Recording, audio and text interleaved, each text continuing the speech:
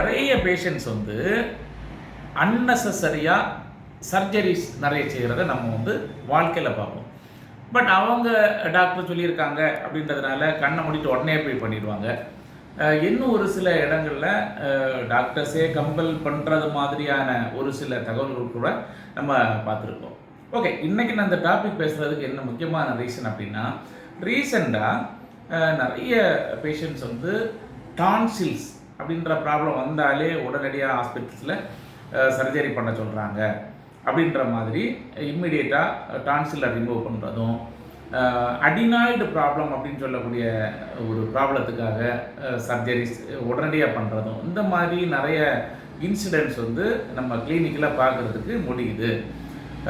இப்போது ஒரு 1 வீக்குக்கு முன்னாடி ஒரு பேஷண்ட், ஒரு சின்ன பாய், ஒரு 10 இயர்ஸ் பாய், அவனுக்கு ஆக்சுவலி என்ன ப்ராப்ளம் அப்படின்னா, ரீசெண்டாக 2 மூக்கு துவாரங்களில் ஒரு மூக்கு வழியாக சுவாசம் போகிறதில்ல, அதாவது மூச்சு உள்ளே இழுக்கிறதுல ஒரு தடங்கள் இருக்குது. மூக்குக்குள்ளால் அந்த மூக்கு அடைச்சது மாதிரி ஒரு சுவாசம் கரெக்டாக போகாது, ஒன் சைடு கரெக்டாக போயிட்டு இருக்குது.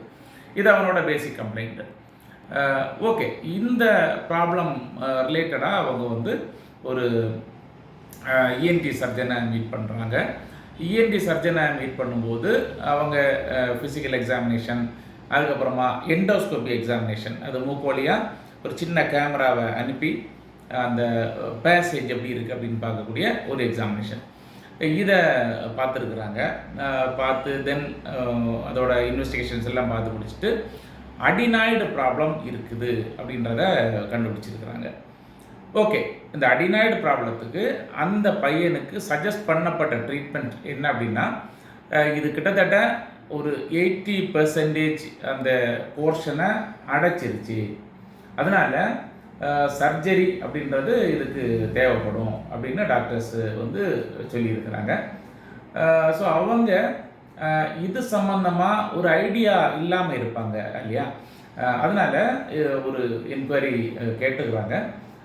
ஸோ அதுக்காக ஒரு ரெஸ்பான்ஸ் தான் இந்த மெசேஜ். இது மட்டும் இல்லாமல் நம்ம ஃபேமிலியிலே நிறைய குழந்தைகள் இருப்பாங்க, நம்ம ஒரு அடோலசன்ட் ஏஜில் இருக்கக்கூடிய பிள்ளைங்க இருப்பாங்க. அவங்க எல்லாமே இந்த இஎன்டி ப்ராப்ளம்ஸில் அஃபெக்ட் ஆன பிள்ளைகள் நிறைய இருப்பாங்க. நிறைய பேர் டான்சில் ப்ராப்ளத்தில் இருப்பாங்க, இந்த அடினாய்டு ப்ராப்ளத்தில் இருப்பாங்க. ஸோ இந்த அடினாய்டு அப்படின்னு சொல்லக்கூடியது ஒரு வளர்ச்சி, அதாவது எக்ஸ்ட்ரா க்ரோத் அப்படின்ற மாதிரியான ஒரு விஷயம். நம்ம எல்லாருக்குமே மூக்கு அப்படின்ற ஒரு சென்ஸ் ஆர்கன் இருக்குது. அந்த மூக்கோட பேக் எண்டில், அதாவது மூக்கு வழியாக ஏர் போய் தொண்டையை அடையக்கூடிய அந்த பகுதியில், தொண்டையோட டாப் போர்ஷனில் இருக்கக்கூடிய ஒரு டிஷ்யூ தான் அந்த அடினாய்டு அப்படி சொல்லக்கூடியது. இது வந்து ஒரு லிம்ஃபாய்டு டிஷ்யூன்னு சொல்லுவாங்க. லிம்ஃபாய்டு டிஷ்யூ அப்படின்னா நம்ம பாடியில் இருக்கக்கூடிய இன்ஃபெக்ஷன்ஸை, அதாவது தேவையில்லாமல் ஒரு பாக்டீரியாவோ அல்லது ஒரு வைரஸோ நம்ம பாடிக்குள்ளால நுழைஞ்சுது அப்படின்னா அந்த இன்ஃபெக்ஷன் எல்லாமே என்கல்ஃப் பண்ணுறதுக்கான ஒரு ஆர்கன் தான் இந்த ஆர்கன்ஸ், அதாவது லிம்ஃபாய்டு ஆர்கன்ஸ் சொல்லக்கூடியது. அதாவது தொண்டையில் வந்து முக்கியமான 2 ஆர்கன்ஸ் இருக்குது. ஒன்று வந்து டான்சில் கிளான்ஸ்ன்னு சொல்லக்கூடியது, அது தொண்டையோட பின்பக்கத்தில் அந்த நாக்குக்கு சைடில் 2 பக்கம் இருக்கும், டான்சில் கிளாண்டுன்னு சொல்லக்கூடியது. இது ஒரு லிம்ஃபாய்டு ஆர்கன். இதோட பர்பஸ்மே நம்ம பாடியில் வாயு வழியாக மூக்கு வழியாக போகக்கூடிய நிறைய நோய் கிருமிகளை அது வந்து என்ன பண்ணிகிட்ருக்கோம், அது சாப்பிட்டுருக்கோம், அதாவது அது ஃபேகோசைட்டோசிஸ் பண்ணிகிட்ருக்கோம். அந்த மாதிரியான ஒரு பர்பஸுக்கு உள்ள ஒரு ஆர்கன் தான் இந்த டான்சில். இதே மாதிரி மூக்கு வழியாக மட்டும் போகக்கூடிய அந்த ஏர் பேசேஜுக்கு பின்னால் இருக்கக்கூடிய ஒரு ஆர்கன் தான் இந்த அடினாய்டுன்னு சொல்லக்கூடியது. அது ஒரு பேட் மாதிரியாக இருக்கும், ஒரு soft organ, lymphoid organ. Okay, இந்த லிம்ஃபாய்டு ஆர்கன் வந்து சின்ன குழந்தைகளில் தான் அது ஆக்டிவாக இருக்கும். ஒரு 10-12 வயசு ஆனதுக்கு பிறகு, ஒரு 15 வயசுல ஆன பிறகு இந்த பர்டிகுலர் அடினாய்டு அப்படி சொல்லக்கூடிய அந்த பர்டிகுலர் ஆர்கன் தானாகவே என்ன ஆகிடும்னா அப்படி சுருங்கி போய் அதோட ஃபங்க்ஷன் தேவையில்லைன்றது மாதிரி ஆகிடும். ஒரு குறிப்பிட்ட அந்த குழந்தை பருவத்திலிருந்து ஒரு அடலசன் பருவம் வரக்கூடிய அந்த ஏஜ் வரைக்கும் இந்த அடினாய்டு அப்படின்னு சொல்லக்கூடிய அந்த பேட் ஆர் ஃபேட் அந்த டிஷ்யூ நம்ம பாடிக்கு பயன்படக்கூடிய ஒரு உறுப்பாக இருக்கும். ஓகே, ஸோ அந்த அடினாய்டு பல காரணங்கள்னால என்ன ஆகும் அப்படின்னா வீக்கம் போடுறதுக்கு சான்ஸ் உண்டு. ரெக்கரண்டாக திரும்ப திரும்ப திரும்ப காது மூக்கு தொண்டையிலெல்லாம் இன்ஃபெக்ஷன் வந்தாலோ, வைரஸ் இன்ஃபெக்ஷன் தற்காலிகமாக வந்தாலோ, இந்த மாதிரி ரீசன்ஸ்னால அடினாய்டு அப்படி சொல்லக்கூடிய அந்த பர்டிகுலர் லிம்ஃபாய்டு ஆர்கன் வீக்கம் போடும்.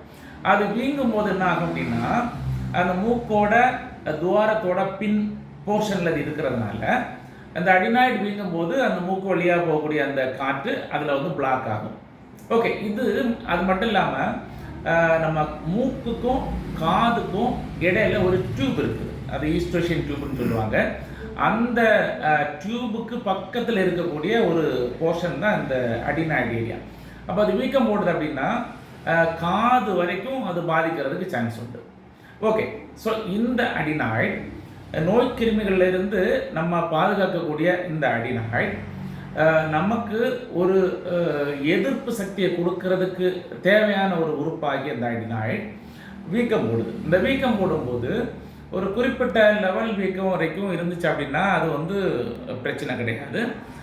குறிப்பிட்ட ஒரு அளவை விட அதிகமாக பெருசாகும்போது அது நிறைய சின்ன சின்ன காம்ப்ளிகேஷன்ஸை உருவாக்குறதுக்கு சான்ஸ் உண்டு.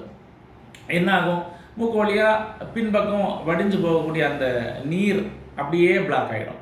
அதனால் என்ன ஆகும்போது என்ன ஆகுது, அந்த ஒரு சைடு மூக்கில் மட்டும் அல்லது ரெண்டு பக்கமே அடினாய்டு இருந்துச்சுன்னா ரெண்டு மூக்குக்குள்ளாடியும் அந்த நேசல் செக்ரிஷன் மூக்கிலிருந்து சுரக்கக்கூடிய அந்த திரவம் மூக்குக்குள்ளாடியே அப்படி லாட்ஜ் ஆகுது. அதனால் என்ன நடக்கும், பின்பக்கம் போக முடியாது. ஸோ மூக்கு ஃப்ரண்ட் வழியாக வெளியே வரும். அதை தொடர்ச்சியாக மூக்கு நீர் பாய்தல் அப்படின்ற ப்ராப்ளம் வரதுக்கு சான்ஸ் உண்டு. ஒரே இடத்துல ரொம்ப நாள் நீர் தேங்கி இருந்துச்சுன்னா கிருமிகள் அதில் அஃபெக்ட் ஆகும், இன்ஃபெக்ஷன் ஆகும். அதனால் அது பக்கத்தில் இருக்கக்கூடிய ஆர்கன் சைனஸ் அப்படின்னு சொல்லக்கூடிய மேக்ஸிலரி சைனஸ் அது எல்லாமே நியர்பை ஆர்கன் அதில் என்ன ஆகும்னா இன்ஃபெக்ஷன் ஆகி சைனசைட்டிஸ் அப்படின்ற ப்ராப்ளம் வர்றதுக்கு சான்ஸ் உண்டு. அதுக்கப்புறமா காதுக்கு பக்கத்தில் இருக்கக்கூடிய இந்த டியூப் ஈஸ்ட்ரோஷியன் டியூப்பில் இன்ஃபெக்ஷன் ஆச்சுது அப்படின்னா மிடில் இயர் இன்ஃபெக்ஷன் ஆகிறதுக்கு சான்ஸ் உண்டு. இதோட லேட்டர் காம்ப்ளிகேஷனாக மேஸ்டாய்டைட்டிஸ் அப்படி சொல்லக்கூடிய ஒரு காது பிரச்சனை வர்றதுக்கு வாய்ப்பு உண்டு. கண்ட்ரோலே ஆகலை அப்படின்னா காது கேட்கும் திறன்லையோ அல்லது தலை சுற்றுற மாதிரி ப்ராப்ளமோ இதெல்லாம் வர்றதுக்கு சான்ஸ் உண்டு.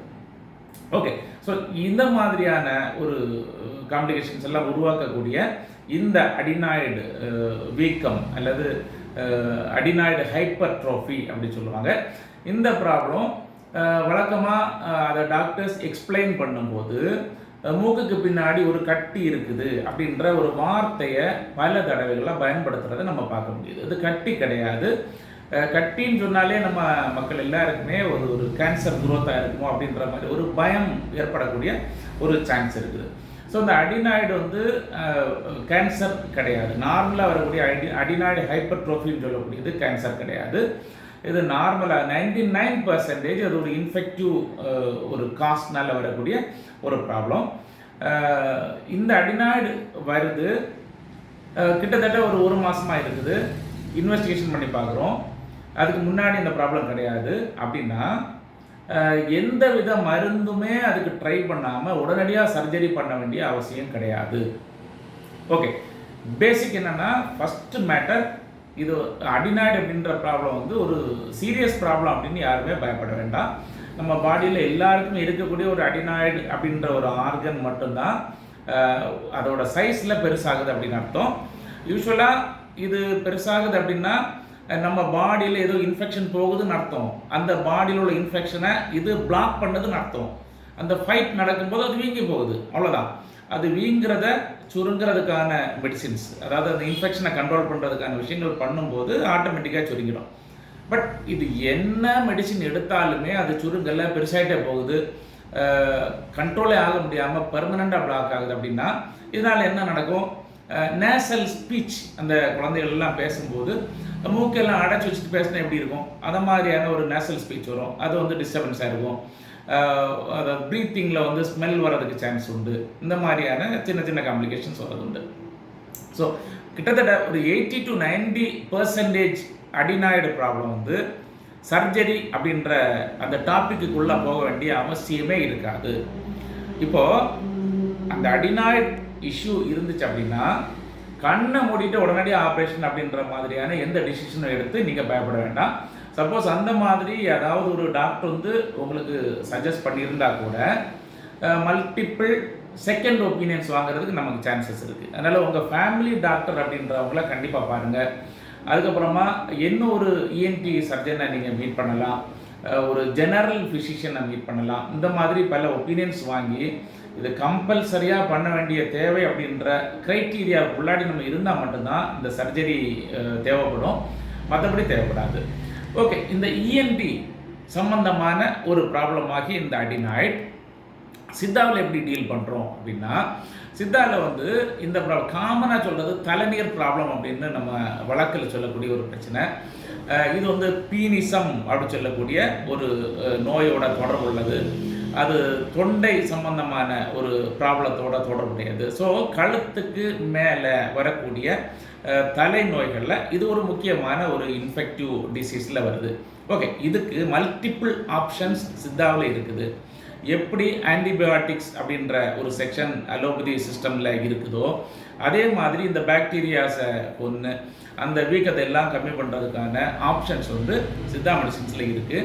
ஸோ நீங்கள் இம்மீடியட்டாக சர்ஜரி அப்படின்ற ஆப்ஷனுக்கு போகிறதுக்கு முன்னாடி செகண்ட் ஒப்பீனியன், தென் நீங்கள் தேவைப்பட்டுச்சுன்னா ஒரு டாக்டரை பார்த்து ஆன்டிபாக்டீரியல் மெடிசின்ஸ், இது தவிர்த்து சித்தாவில் உள்ள ஆப்ஷன்ஸ் அப்படின்ற இதுவும் இருக்குது அப்படின்றத ஸ்ட்ராங்காக மைண்டுக்குள்ளால் வச்சுக்கோங்க. இந்த ட்ரையல் எல்லாமே ஒரு ஷார்ட் இன்டர்வல், அதாவது ரெஸ்பான்ஸ் இருக்குதா இல்லையா அப்படின்றத பார்க்காமலேயே நீங்கள் ஒரு சர்ஜரிக்குள்ளாடி நுழையிறீங்க அப்படின்னா கண்டிப்பாக அது வந்து ஒரு ராங் டிசிஷன் அப்படின்றத நீங்கள் கண்டிப்பாக புரிஞ்சு வச்சுக்கணும். தேவைப்பட்டுச்சுன்னா நிறைய ஒப்பீனியன்ஸ் எல்லாம் வாங்கிட்டு அவாய்ட் பண்ண முடியாத சிச்சுவேஷனில் சர்ஜரி பற்றி யோசிக்கலாம். அவசரப்பட வேண்டாம். தேங்க்யூ.